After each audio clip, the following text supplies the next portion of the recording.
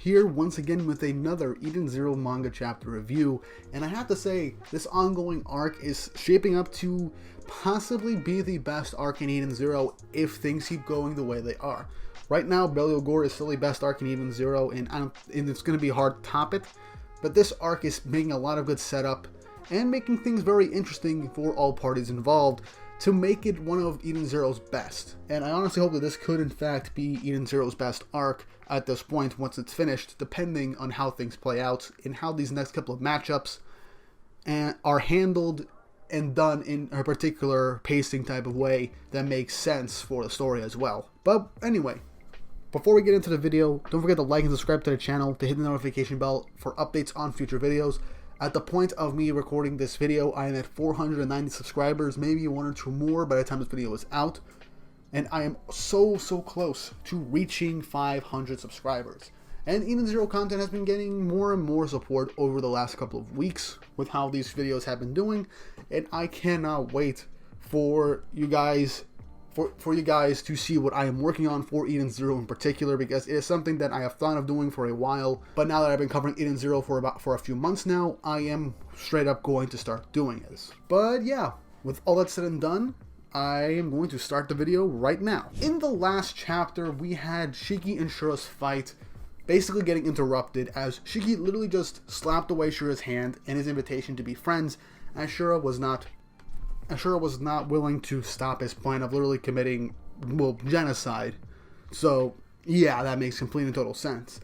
And seemingly disappointed and maybe even a little sad at Shiki's answer, literally just commands a bunch of robots that he had stashed all across the battlefield just pop up out of nowhere and attack Shiki, as he literally just goes off to the Eden Zero, smashes in, and basically subdues the shining stars in that ship, basically just saying, I can't wait to see the look on Shiki's face as I break his precious toys. And also we got caught up with Rebecca's group as they are in a hallway filled with mirrors, and seemingly Homura, after looking into one, has turned on the group with one of the oceans literally inside the mirror, seemingly using her ether gear to manipulate the situation. And that's actually where we start this next chapter, as this next chapter is called Chapter 144, Through the Looking Glass.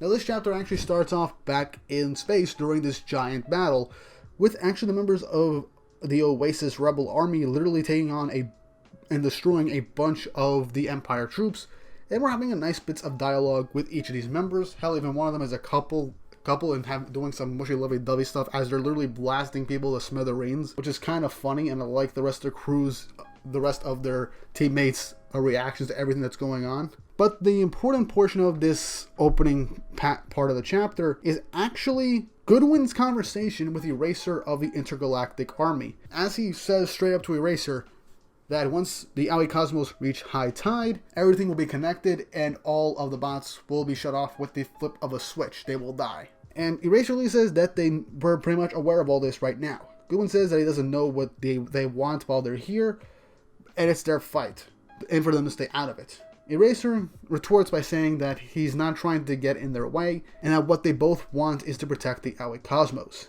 and that it's the right thing to do. He literally says that he wouldn't want to get civilian organizations involved in this battle of this grand scale, like, at all. But he respects their conviction and passion, and literally just says, we fight together, as Goodwin smirks, saying, thanks for your help. The transmission ends as he says this will actually help them last a little longer. And only just have to have faith in Shiki and the crew that went to Planet 66. So, this is actually something that I predicted, that the two of them would actually converse and agree to fight together, since they basically have the exact same enemy. So I'm happy that there isn't some stupid misunderstanding, and that Eraser is a very reasonable guy.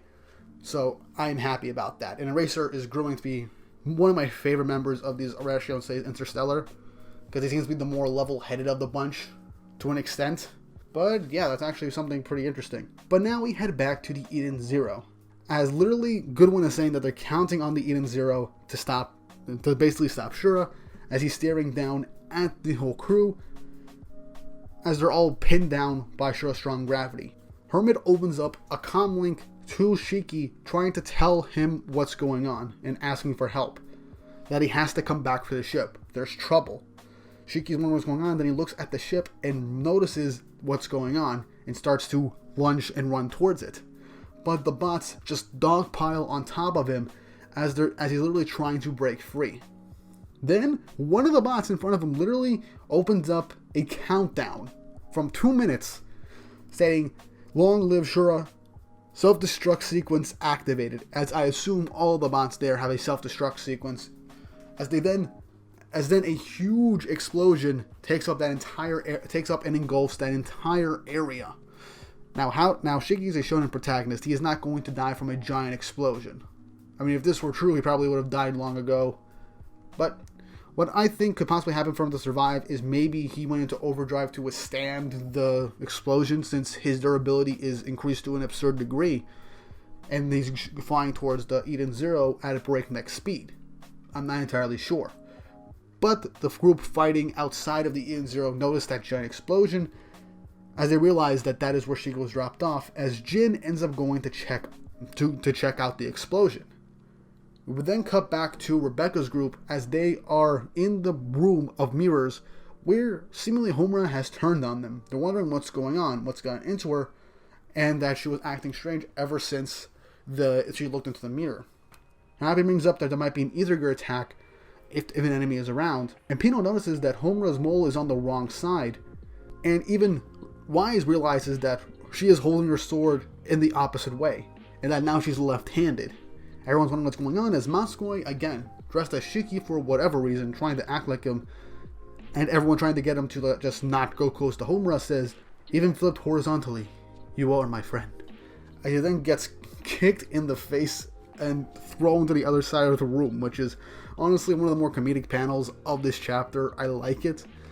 Maskoi continues to be one of the biggest punching bags in this series. I question what his main purpose is in the story. He might have some sort of badass transformation, or maybe even a bomb attached to him, or something. But no time for that. Right after that, the flipped over Homura literally looks in Rebecca's direction and tries to slash her with her sword, as Rebecca manages to dodge. Happy tries to get Pino to use her EMP, but she doesn't really know the enemy's location due to all the mirrors around, and she can't see it. So she can't exactly use her targeted EMP, which was honestly a pretty broken upgrade to begin with, so I am somewhat glad that she can use this thing right away. Rebecca then thinks to herself that she can go back 90 seconds, and that she might get back just before Homura looked into the mirror.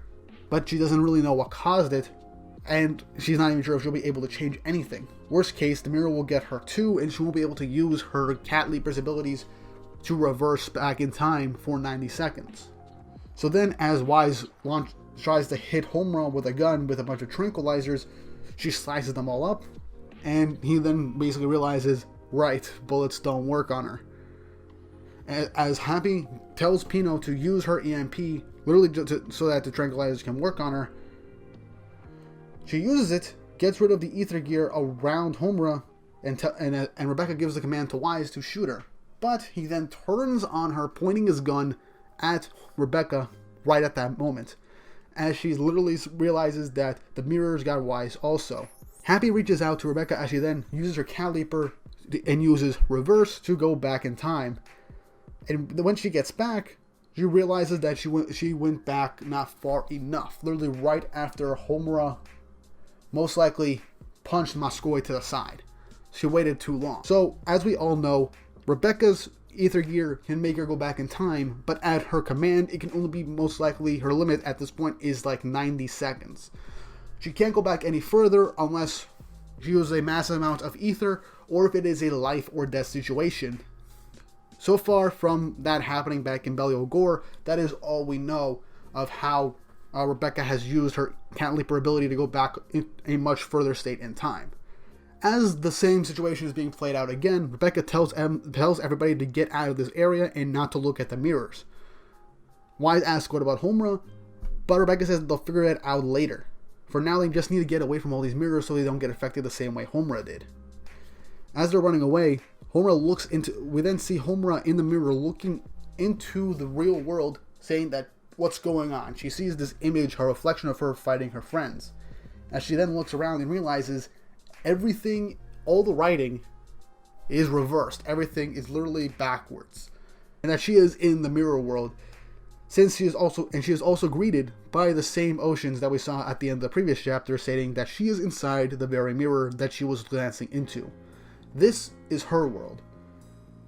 She then introduces herself as Milani, or Milani. I hope I'm gonna go with Milani. I really hope I'm pronouncing that correctly.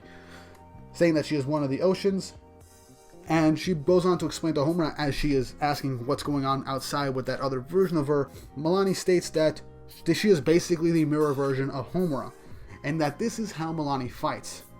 She picks off her prey one at a time. She brings them here and shatters them.